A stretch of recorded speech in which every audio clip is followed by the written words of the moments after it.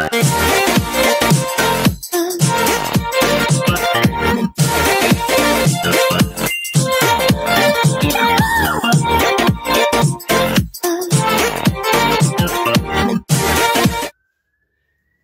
po, hi po sa inyong lahat at magandang araw. Ako nga po pala isa sa mga 4 Magnificas. Tuka ko naman ngayon mag-share ng aking story. Tulad nga po ng na-explain o sa nakwento ng aking nakakatandang kapatid at nakakabatang kapatid na paano kami napunta dito sa abroad o paano kami napadpad dito sa Spain. Unang-una po, umpisahan ko muna sa aking magulang. Ang mga magulang ko po ay hindi tapos sa pag-aaral. Sila po ay isa lamang pong driver yung father ko ay elementary lang ata, grade 2. Tama lang na nakapagbasa at nakapagsulat. Ngayon, yung mother ko naman, parang mga grade 6 lang din ata ang kanyang natapos at hindi siya nakatapos ng high school. Talagang nagmula kami sa talagang pobre na pamilya. Talagang walang-wala. Alam mo yun? Pero tama yung mga sinabi ng aming mga GMD na kung ikaw ay may pangarap, siguro talagang aabutin mo siya. Kahit anong balakid, anong hirap, anong tawag niyan, paraan gagawin mo para lang maabot mo ang mga pangarap mo, lalo na't may mga anak ka na. Sa bilang magulang, talagang aabutin mo para sa mga anak mo. Yun. Paano ba kami napadpad dito? Unang-una, yung father ko, tinutulungan siya ng nakakatanda niyang kapatid. Yung nakakatandang kapatid niya ay nakapagtrabaho sa abroad o nagkaroon ng swerte na makarating dito sa Spain dahil nagustuhan ang kanyang pagluluto, kinuha niya ang aking father. Yung father ko naman, kinuha niya ang aking mother. Kaya silang dalawa ay nakapagtrabaho dito ng juntos, ano ba ibig sabihin niya sa Tagalog? Pareho silang nandito sa Spain nakarating. Ngayon, habang nandito sila sa Spain, kami ay pinag-aral nila doon sa Pilipinas. Kung wala sila bilang magulang namin, ang tumatayong magulang namin ay aming kapatid na panganay, yung si Executive Director Karen Brigole. Siya yung po nakapanganay sa lahat at siya ang tumayo sa amin na parang father and mother. Ngayon, palipat-lipat kami ng tirahan kasi wala kaming sariling bahay, wala kaming sariling nakikitira lang kami sa aming lolo't lola. Maliliit pa kami, tapos 7 pa kami magkakapatid. Alam mo na, sa atin, minsan nga yung iba nagbibiro dahil kumot walang TV, walang ilaw, dumami kami lalo. Siyam kami talaga, sa totoo lang. Siyam kami magkakapatid. Kaya lang, dahil nga din sa kahirapan, walang pampadoktor, walang check-up ang mga bata, lahat kami pinanganak sa bahay. Talaga naman, ang experience ng buhay, talagang mahirap. Lahat kami pinanganak sa bahay, entonces walang doktor-doktor, walang check-up. Namatay yung dalawa dahil lang sa lagnat. Lagnat lang siya, tsaka tipos. Tipos, tsaka yung parang sa Bisaya, hangga. Yung parang ano ba yung tawag sa Tagalog? Ano yan dito varicella sa Castellano. Hangga yun sa Bisaya sa amin. Namatay lang dahil doon. Samantalang ngayon, mild lang yan ng mga sakit at talagang nagagamot for within 1 week lang yan. Ayun. Sa iba na ako napunta. Ngayon talagang, yun lang i-share ko na talagang nagdaan kami sa hirap. Dahil meron yung time na naghiwa-hiwalay kami magkakapatid. Dahil lang kailangan may magbantay sa amin. Siguro itong yung naunang nagsalita, yung pinakamaliit sa babae, hindi siya ranas ng ganung hirap kasi dinala siya sa Maynila. Kami po ay taga Visayas. Doon po kami pinanganak halos lahat sa Cebu. Minus lang yung ate ko na sa Maynila siya pinanganak dahil doon nagkakilala ang mga magulang namin. At doon siya pinanganak at nanirahan na kami sa Cebu. Kaya kami po ay marunong magbisaya. Tapos sa school, kung mga tinuturo ang Ingles, marunong din mag-Ingles. Tapos ngayon nandito kami sa Europa, sa Spain, marunong na rin konti ng Castellano. Siya nakakapag-depensa na din sa sarili pag nakipag-usap sa mga taga rito. Ngayon, nagkakahiwalay-hiwalay kami. 2 doon sa Maynila, naiwan ako sa Bisaya, tsahin namin. Basta nagpasapasahan ng bantay kasi wala nga magulang. Alam mo yun? Hanggang sa wakas, nagkasama-sama kami magkakapatid na 7, bali 4 na lalaki, 3 babae. Nagkasama-sama kami sa Maynila nung nag-abroad na ang aking mga magulang. Nandito na sila. Kasi talagang pinagtrabahuan talaga nila na magkasama-sama kaming magkakapatid para daw hindi malayo ang loob namin sa isa't isa.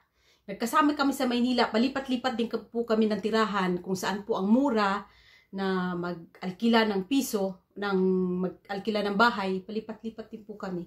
Talaga namang napakahirap pero pinagbutihan namin ang aming pag-aaral kasi ang tanging pangarap, ang lagi lang sinasabi ng magulang namin, wala kami ibang maipapamana sa inyo kundi ang edukasyon. Pagbutihin niyo ang pag-aaral ninyo para hindi maging katulad nila ang aming future. Yun ang lagi nilang sinasabi. Hindi nila laging sinasabi na yung about sa pera. Ang lagi nilang sinasabi, laging magdasal, lagi kami nagsisimba, ginigising kami lagi madaling araw, alas 4 ng madaling araw, magsisimba. Alam mo yun, nakasanayan namin magkakapatid, kaya ganun kami ka-close, magkakapatid. Hindi kami nag-aaway talaga basta-basta sa pera. Yun ang aming talambuhay. Ngayon, nandun kami sa Maynila, ati na namin ang nagbantay sa amin. Meron din mga pagsubok, no? Away magkapatid, silusan, kasi syempre, panganay, siya ang lahat bago ang damit. Tapos ako, pangalawa, sa akin lahat ng pinaglumaan. Alam mo yun, syempre, nandun yung away magkapatid din, pero mild lang. Ngayon, nung nakarating ako dito sa abroad, paano ba ako nakarating sa abroad? Nakapag-aral ako ng ayos, nakapag-aral, ako nga pala ay turn 14 na ako ngayong December.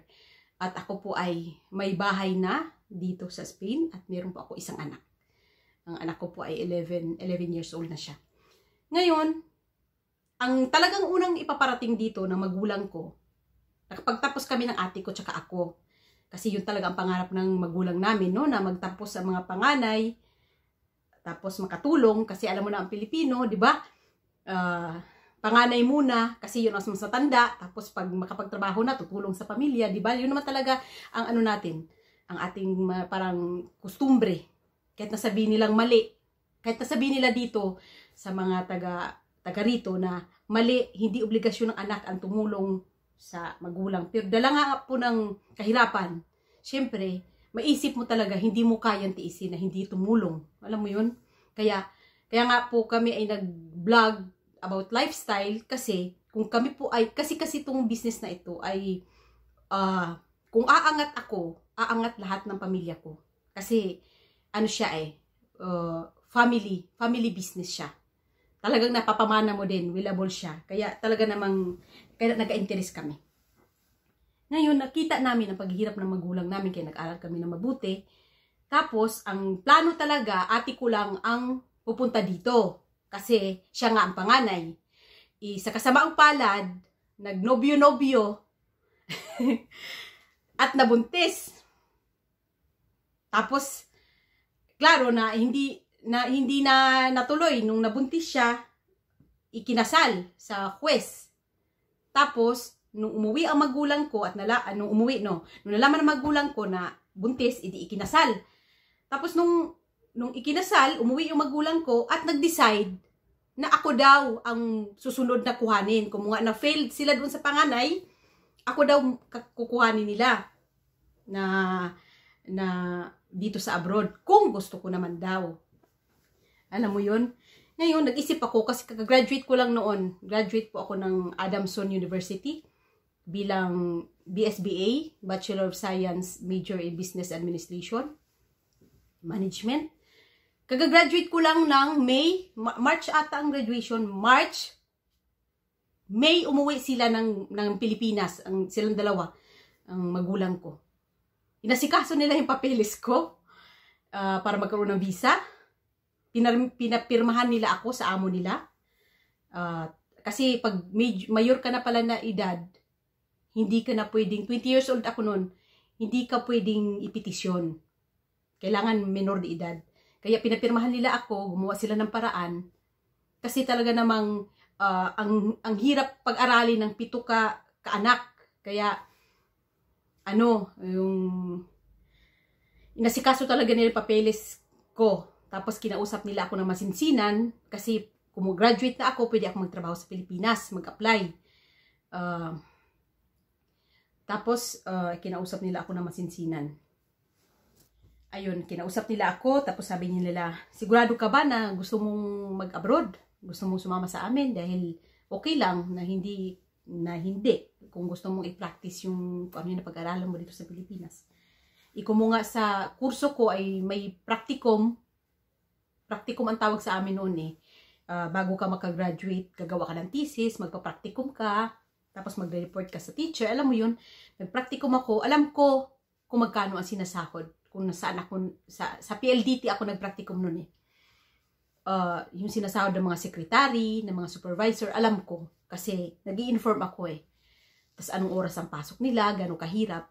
Ngayon, nung kunento sa akin ng mama ko na ganito ang kikitain mo kung sakasakali, yun nga lang, intern, yun talagang walang labasan. Lalabas ka lang ng pag may day off mo. Doon ka natitira talaga sa amo mo.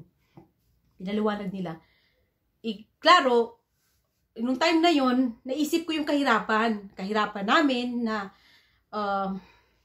bakit ako kakagraduate ko lang, hindi ko alam kung makahanap ako ng trabaho o kung makahanap man ako ng trabaho, hindi ko alam magkano sa sahurin ko, hindi sure. Samantalang ito, pag sa papayag ako sa magulang ko na mag-abroad, sure ko na kung magkano sa sahurin ko. Mga 800 euro ang sasahurin ko.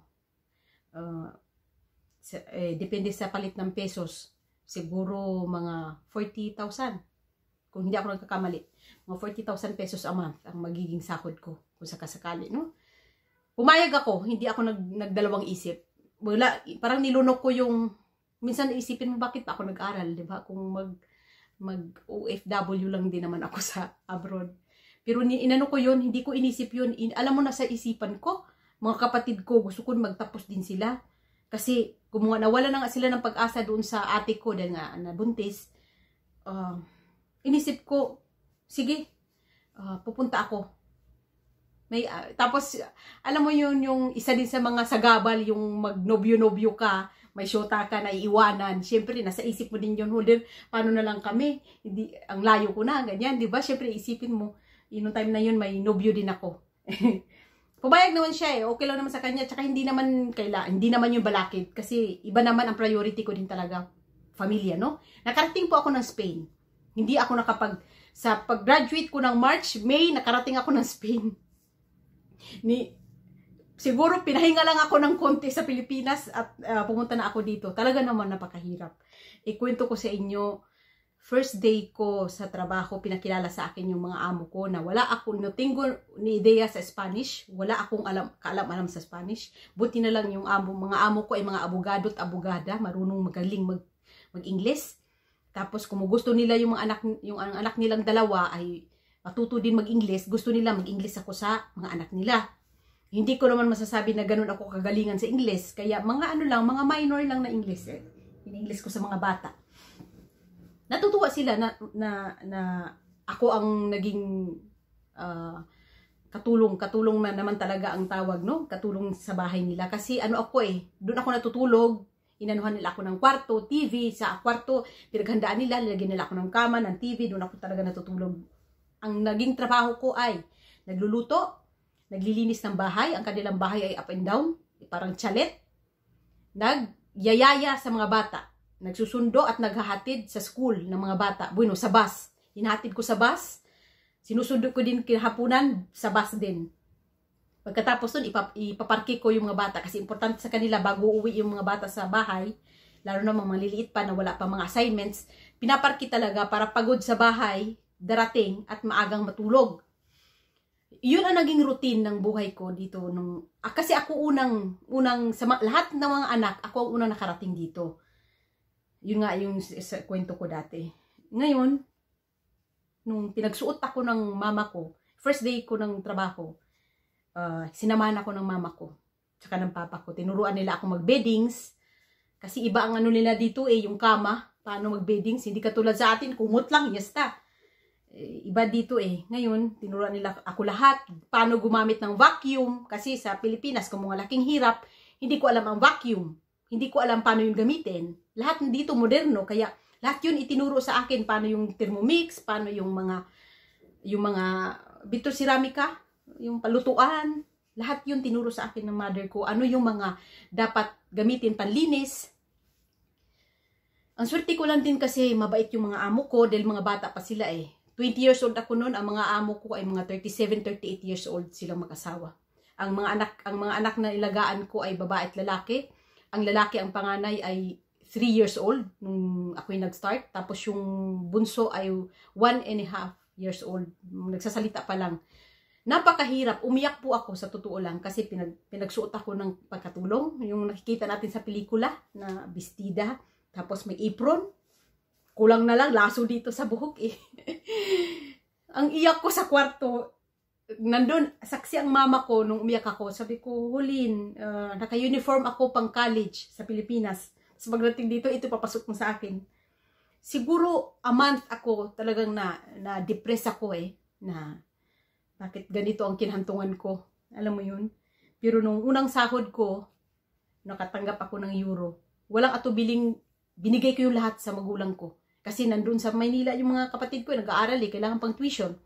Walang natira sa akin. Wala akong pakialam kasi wala akong kaibigan. Lagi ko lang kasama pag nakalabas ako sandali. Magulang ko. Wala lahat. Sa kabata-bata ko pang edad, 20 years old, wala akong kaibigan kasi mahirap. Kunti lang din ang mga Pilipino nun dito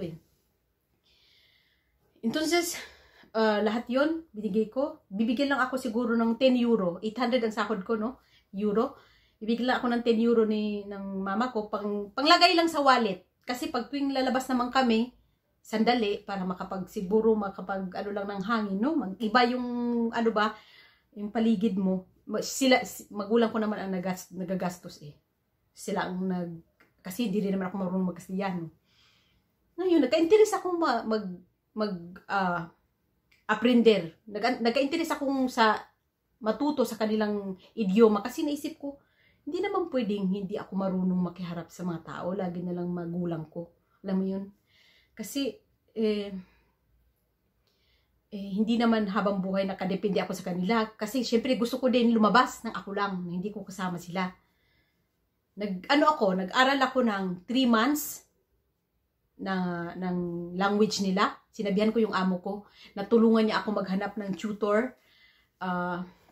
May kakilala siya. Ako ang pumupunta sa bahay kung nasaan yung teacher.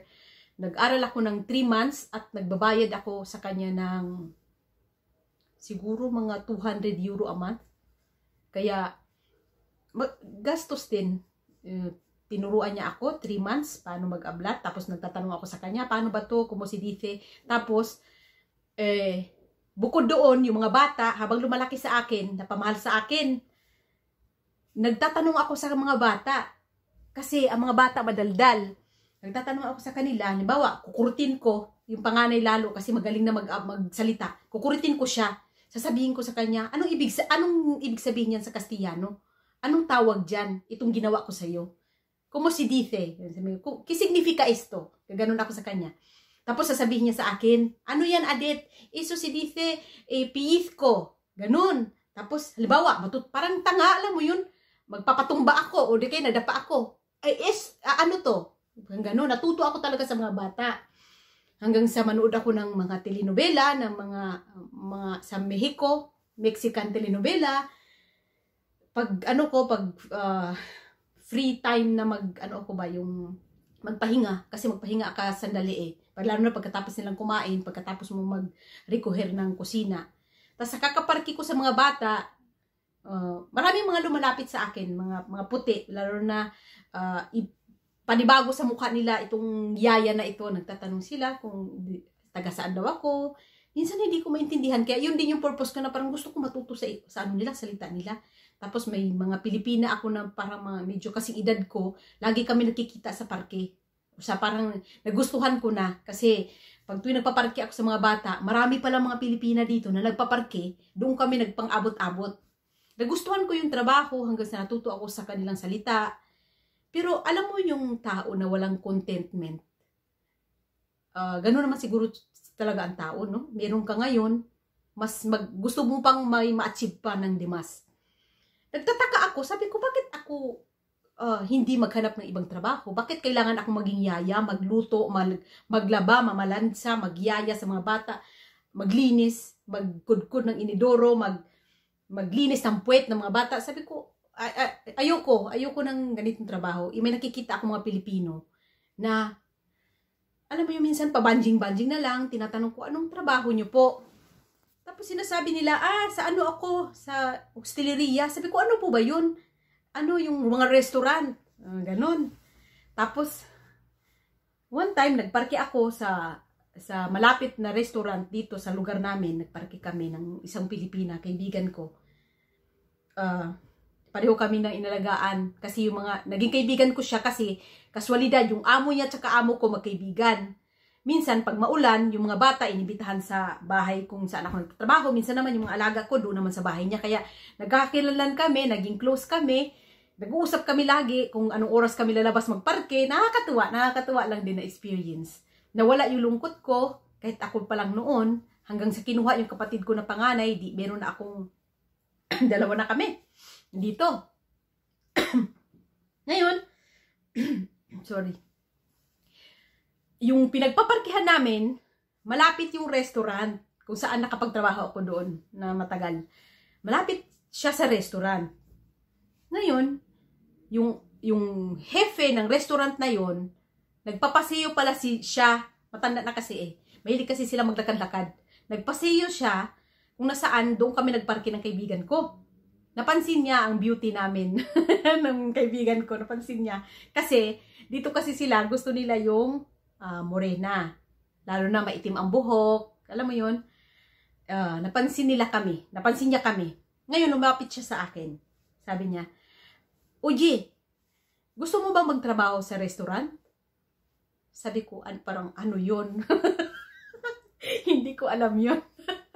Sabi niya, kasi ang bata-bata mo pa, yun talagang entrada niya sa akin, ha? Kasi ang bata-bata mo pa, parang naggukod-gukod ka ng mga bata, o siya nagyaya ka, hindi pwedeng ganyan, hanggang dyan ka lang, parang ganon. Kinumbinsi niya ako. Yung sabi ko, o sige po, pag-iisipan ko. Sabi kong ganyan. Kasi dito lang naman kami lagi nagpaparke. Sabi niya, una niya lang ang bahay ko, itong restaurante ko. Sabi niya ganyan. Lagi ako dito, kaya sige, pag sunod natin kita, sabi mo sa akin kung ano desisyon mo. Uwi ako ng bahay. Isip-isip ako. Sinabi ko sa magulang ko, ano kaya subukan ko mag-hosteleria, mag-restaurant. Nag-inform ako sa mga Pilipino kasi doon pa lang restaurant na yun, may mga Pilipino na nagtatrabaho. Meron na sa loob. Pero sila mga naghugas ng plato, naglilinis, parang janitor. Pero kamarera na Filipina, wala pa. Kasi ang mga waitress nila ay talaga mga puti, mga Spanish. Dito mga Basko ang tawag nila, mga Baska. Ngayon, natakot ako, sabi ko, parang aatras ako. Pero dahil nga sa ambisyon ka, alam mo yun, nasa isip ko na hindi pwedeng ganito lang ang buhay ko. Kasi 2.5 years ako sa bahay, nagtatrabaho. Kaya sabi ko, subukan ko nga. Nagpaalam ako sa amo ko, iyakan kami, kasi pamilya na ang turing nila sa akin. Pinagkatiwala na nila ang anak nila kasi nagbuntis siya sa pangatlo Kaya din ako sumuko kasi kahit na tinasan niya ang sahod ko ng 100 euro, naging 800, di ba? Naging 900. Mas nadagdagan ang trabaho ko kasi bagong labas na bata, sanggol, may pa ng aso. Kasi yung panganay gusto ng aso. Parang ako, hindi ako makahinga sa trabaho dahil parang nadagdagan, dimas pa ang trabaho ko. Na-stress na ako, sabi ko ganyan. Nag-decide ako na magpaalam sa kanya, iyakan kami. Sabi niya, hindi mo ba kilala yung amo ng restaurant na yan ay bruha? Ganyan siya. Maldita, paano ka nag-aalala siya sa akin. Basta bumalik ka kung kailan mo gusto. Sabi ko, huwag kang mag-alala, ma'am. Ma'am ang tawag ko sa kanila, ma'am and sir. Huwag po kayong mag-alala kasi nandito kami sa abroad para dito. Handa ako para dito. Lahat susubukan ko. Sinubukan ko. Wow, ang ganda ng uniform. Kasi vestido din ang uniform, pero may apron din, pero mas elegante. Hindi talaga pangkatulong. Alam mo yun? Tapos pagpasok ko sa kusina, ang daming mga puti, mga kusinero. Ano sila? Siguro mga 4 sila na kusinero taga rito. Tapos may isang Pinoy. Sabi ko, pinsan ko to ah. Pinsan ko siya, nandun na pala siya sa sa restaurant na yun. Tapos nandun din yung tsuhin niya, yun ang tagahugas ng plato at parang tagalinis, janitor. Parang pinagkatiwalaan na din kasi alam niya lahat, pati yung klabe ng alarma eh. Siya kasi nagbubukas ng restaurant kasi nililinisan mo na yun eh. Di parang mas lalo akong, yung kaba ko, parang nawala ng konti kasi sabi ko ay may karamay pala ako dito, may Pilipino naman pala dito. Pero first day ng aking trabaho na wala akong kalam-alam sa mga bino, white wine, red wine, lahat ng pangalan, ang dami, siguro 50 ka tipo ng bino, kung anong klaseng bino yun, kung anong uba, hindi ko alam lahat. Umiyak na naman ako sa bahay, sabi ko, kasi balikan eh, umaga gabi. Pag uwi ko ng bahay tanghalian, iyak na naman ako sa mama ko. Sabi ko, parang hindi ko to kaya. Hindi ko kaya hosteleria. Tapos, kailangan mong ngumiti sa client, sa customer. Tatanungin mo kung ano gusto. Hindi pa ako masyado sa Kastiyano kasi nga English nga kami ng amo ko.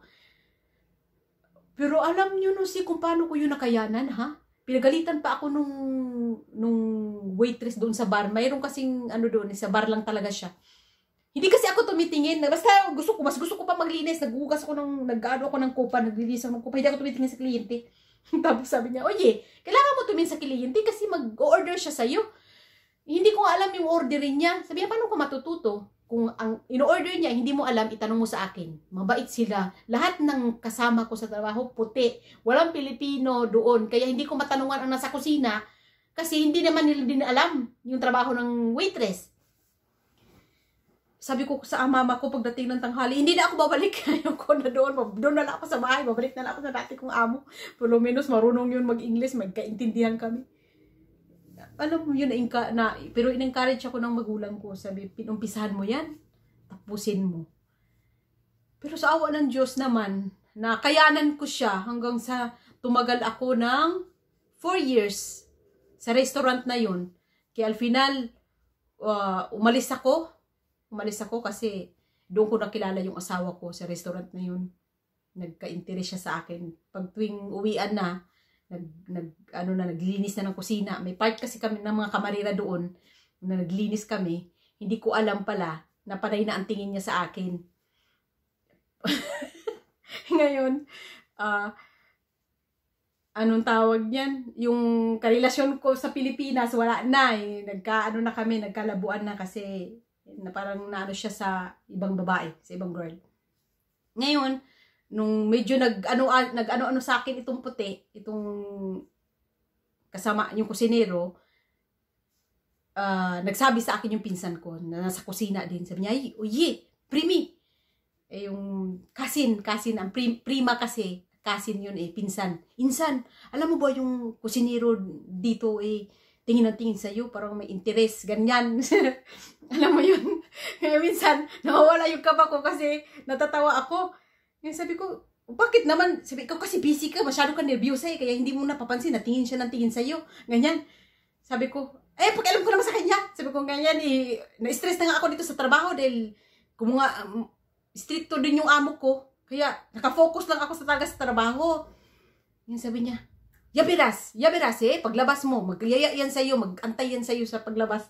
Alam mo yung hindi ka sanay sa mga puti. Takot ako pag may puti lumalapit sa akin. Ini-HR ko kasi natatakot ako, tinatarayan ko. Ngayon, nag-antay pala siya sa akin, sa labas. Ngayon, sabi, niyaya niya akong tumaralgo daw kami. Kung pwede daw, nayayain daw niya akong magkape. Sabi ko, gabi na. Sabi ko ganyan, uwi na, ihatid mo na lang ako sa bahay. Hinatid niya ako sa bahay. Tapos, lagi niya na ako inaantay, na hindi ko, nasusurprise ako lagi pag lalabas ako. Kaya, doon ko siya nakilala. Yun ang story ko. Doon ko siya nakilala at naging asawa. Asawa ko na siya ngayon. Matagal na kami. Bali, 20 years na ako dito sa dito sa Spain. Here's Caleria. siguro mga ano na kami, 18 years. Kasi 2 years and a half ako sa bahay. Mga 18 years na kami, o 17 years kung hindi ako nagkamali. Ngayon, dahil nga doon, kaya nabanggit ko yung ang aming pagkakilala, dahil nga doon, yung amo ko para nagsiselos, no sé, kasi ang amo ko din kasi single. Ngayon, para siya nagsiselos na bakit ako nakapagrelasyon sa isang kusinero tsaka kamarera, parang ganun, waitress tsaka kusinero, bakit hindi pala yun nangyari, first time pala yun nangyari sa restaurant niya, na nagkarelasyon ang isang kamarera tsaka isang kusinero. Kaya, pero parang pinag-iinitan niya ako lagi. Ngayon, hanggang sa 4 years ako doon sa restaurant na yun, bali yung asawa ko hindi siya umalis. Ako ang umalis. Kasi napagsisimula na ng away namin sa labas. Kasi nga dahil sa mga amo, stress sa trabaho, dahil na-stress din ako, dahil nga pinag-iinitan ako. Lumabas ako. Naghanap ako ng ibang trabaho. Yun ang pangalawa kong trabaho, di ba? Restaurant. Naghanap ako ng another restaurant. Italian restaurant naman, na yun ang kwento sa akin, yung kwento ng isa sa mga Las Cuatro Magnificas yung nauna, si Aya Brigole, yun ang nakakabata kong kapatid. Doon ko siya nakasama sa trabaho. Doon ako nakapaghanap ng trabaho. Kunti lang ang sahod. Siyempre, kakaumpisa ko lang. Doon ko na mas na-develop yung Kastiyano ko, mas naging fluent ako sa Kastiyano kasi mga halo-halo ang mga client eh. Tapos doon ko din siya naipasok kasi nangailangan din, 4 years din ako sa trabaho na yun. Ngayon, nagsara. Sa kasamaang palad, nagsara yung restaurant na yun at kailangan namin maghanap ng trabaho. Bumalik ako sa dati kong trabaho kung nasaan yung asawa ko. Pinag-usapan muna namin. Sabi ko, ano okay lang sa'yo? Babalik ako doon. Nung time na yon, ako ay nabuntis na. Kasi naging okay ang relasyon namin nung lumabas ako doon sa restaurant na yon. Kasi mas lagi naging at ease kami, ganyan, naging mas maganda ang relasyon namin, no? Nagkaanak kami ng isa. Tapos, kumuha kami ng bahay. Ito nga. 35 years to pay. Tapos, kung mga magsasara yung trabaho ko, tinawagan ako uli ng amo ko kasi yung nagturo sa akin sa bar na paano mag-attender ng mga customer. Ano na siya, maghubilaw. Ano bang tawag niyan sa English? Maghubilaw. Sandali, isipin ko. Sandali. Hindi ko maalala. Basta yung magpipensyon na kasi matanda na. Alam mo yun? Kaya tinawagan niya ako at gusto niya akong pabalikin bilang sa bar na lang. Hindi na sa komedor. Hindi na ako mag-waitress. Kundi bartender. Doon na lang ako sa bar. Ako ang magmamanage ng bar. Ngayon pinag-isipan ko maigi kasi sabi ko, babalik ako sa sitwasyon na kung saan mag-aaway na naman kami, lalo na asawa ko na siya. Hindi lang na magnobyo, kundi asawa at kasama ko sa trabaho, pati anak, no? Sabi ko, pag-isipan ko nga, babalik ba ako o hindi na, maghanap ako ng another work? Ayaw niya, ayaw ng asawa ko na bumalik ako. Pero yung kanyang magulang, nanghingi ako ng payo sa kanyang magulang, sabi nila, oh, bakit naman hindi? Eh, sa bar ka lang naman. Hindi kayo mag-asawa kasi ang mga kamarera sa komedor, yung mga waitress yung mga nagpapakain, nag-a-attend sa mga kumakain, yun lang naman ang pupunta sa kusina eh. Eh kung sa bar ako, doon lang ako. Hindi ako pupunta ng kusina. Kaya hindi kami magkakaanuhan. Tsaka iba ang oras ko din. Kaya bumalik ako.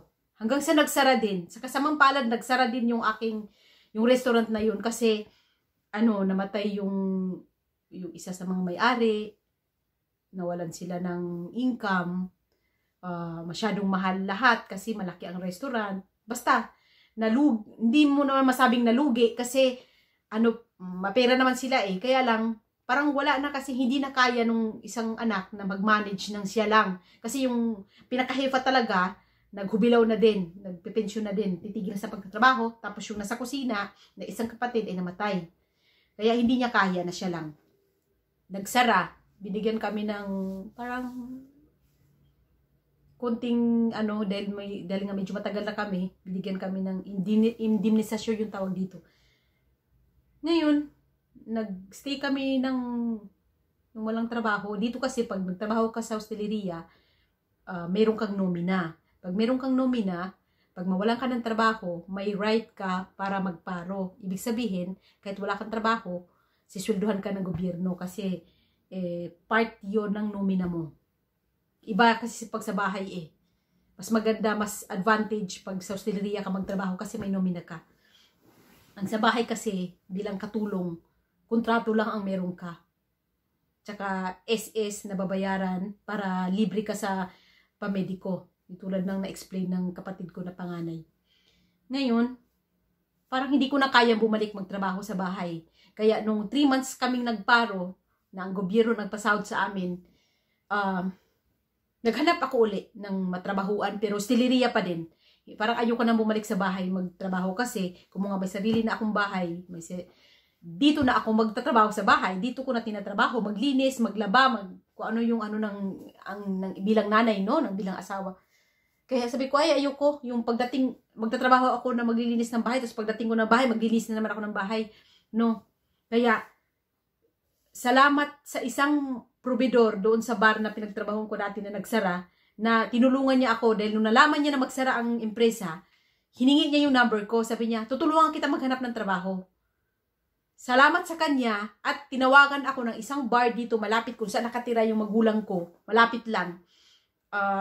Tinawagan ako na nangailangan daw siya ng kamarera sa bar. Kung may experience na ako, tinawagan niya ako at doon ako nakapagtrabaho. Hanggang ngayon, doon ako nakapagtrabaho. At al prinsipyo, kinontratar niya ako ng ornada kompleta. Ngayon, nung nag-lockdown dahil sa COVID, pinabalik niya ako sa trabaho ng media ornada na lang. Kumbaga, ang ornada kompleta kasi 40 hours a week ang trabaho mo. Kaya mas malaki ang sahod. Mga 1,500, siguro mga 80,000 pesos a month ang sahod. Ngayon, kung mga media jornada na lang ako, sumasahod na lang ako ng 750. Kalahati. O siya 40,000 o 35,000, depende kung magkano ang palit ng peso. Klaro, hindi yun sufficiente sa gastusin sa bahay. Kasi nagbabayad ka ng bahay, nagbabayad ka ng siguro ng bahay, siguro ng kotse, siguro ng dibida mo sa pansarili mo, tubig, ilaw, siyempre babayaran mo yung lahat. Tapos pera dito ang gagastusin mo, kaya yun ang buhay abroad. Hindi pa din talaga sapat. Kaya namin pinasukan ang business lifestyle at para magkaroon ng extra income. Pero ang problema, hindi mo siya ma-compare kung dito ka mag-o-offer. Hindi mo ma-compare kahit sa Pilipinas. Kasi dito ang mga tao, tulad na nabanggit ng panganay kong kapatid, healthy foods ang kanilang kinakain. Meron silang first plate, second plate, saka dessert. Tapos, hindi rin sila nag-alala kahit nasabihin mo ko tulad ng in-example natin na bakit ka pa mag-aantay na magkasakit, na magbabayad ka sa ospital ng 30,000, 40,000 sa loob lang ng 1 linggo. O kahit check-up lang, magbabayad ka, kaysa sa 35 euro na introduce. Alam mo yon, siyempre, mapaisip ang, lalo na mga mahihirap, mga Pilipino, no? Na, nga naman, bakit ko hindi ito iti-take? Ba't aanday ko ba magkasakit at magbayad ako sa ospital ng ganito, lalo na pag private, na 35 lang naman ito, 1,800 pesos lang naman itong iinumin ko, kung i-maintain ko to, ay talagang malusog, maganda sa kalusugan mo, di ba? Siyempre yun naisipin mo, kaya makumbinsin mo talaga yung mga may mga sakit o may mga nararamdaman o di kahit walang nararamdaman, makumbinsin mo dahil nga sa kahirapan, dahil yun ang isipin nila, yung gagastusin in the future. Dito, hindi mo yung pwedeng sabihin sa kanila, tulad ng mga puti, sabihin natin mga Spanish, kasi libre dito ang padoktor. Kasi kasama sa sinasahod, kasama na ng amo, bayaran. Kaya, yun nga, tinan mo dito, marami nagka-COVID, lahat yun libre. Kahit ma-ICU yung nagko-COVID, lahat yun libre. May operasyon na gagawin sa'yo, lahat yun libre. Kaya parang hindi mo din yun masabi sa kanila na ganun. Kasi iba ang kanilang ekonomiya dito. Iba ang kanilang patakaran, iba lahat. Kaya medyo mahirap. Pero, kaya nga ginawa namin tong vlog kasi gusto namin ma-share at ma-iano sa ibang lugar kung nasaan nandoon din ating mga kababayan at makita nila na talaga naman may ganun pala na food supplement na makakapagpabuti sa iyong kalusugan. Alam mo yun, kasi pampaano kasi siya ng immune system. Lalo na ngayon kapanahonan ng COVID. Kaya yun po ang story ko. Sobrang haba na ng story ko. Parang pelikula eh. Ngayon po, tatapusin ko na po ang aking video. May isa pang falta na magkwento sa kanyang, mag-share ng kanyang life sa isa sa mga 4 Magnificas na si Lilibet. Siya naman ang magtoka ngayon na magkwento. Ngayon, alam niyo na po ang kwento ko, paano ko nakilala ang asawa ko, at ano ang pamumuhay namin dito sa Spain. Katulad nga po ng mga nasabi ng mga kapatid ko, hindi po madali. Tsaka alam mo naman ang tao, walang contentment, gusto lahat marating, alam mo yun. Tsaka isa pa po, yun nga sabi ng mga GMD, na gusto din po namin na magkaroon kami ng sariling bahay at lupa sa Pilipinas. At magkaroon kami ng extra income. Siya, na pwede kaming hindi na magtrabaho at uwi na lang sa Pilipinas at nakaupo. Alam mo yun? Siyempre, gusto namin yung ganun. Kaya lang, sa ngayon, kung meron kami mga bayaran, hindi namin ma-dedicate lahat ng aming oras sa business lifestyle kasi hindi pwedeng hindi kami mawala ng trabaho. At hindi rin kami nakakasiguro kung meron kaming mga tao na makuha.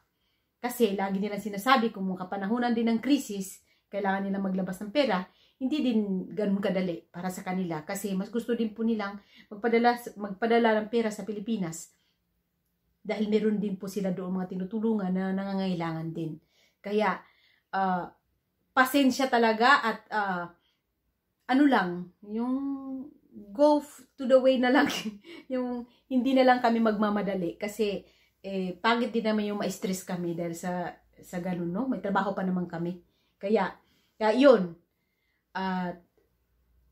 Sasabihin nila, kung nasa abroad mayaman, no? Mayaman sa utang, nasa abroad. Ito pong bahay na tinitirahan ko ngayon, tinitirahan namin mag-asawa, ay, alam niyo po ba kung anong edad ko bago ito matapos? 63 years old na po ako bago ko ito matapos ang bahay sa pagbabayad.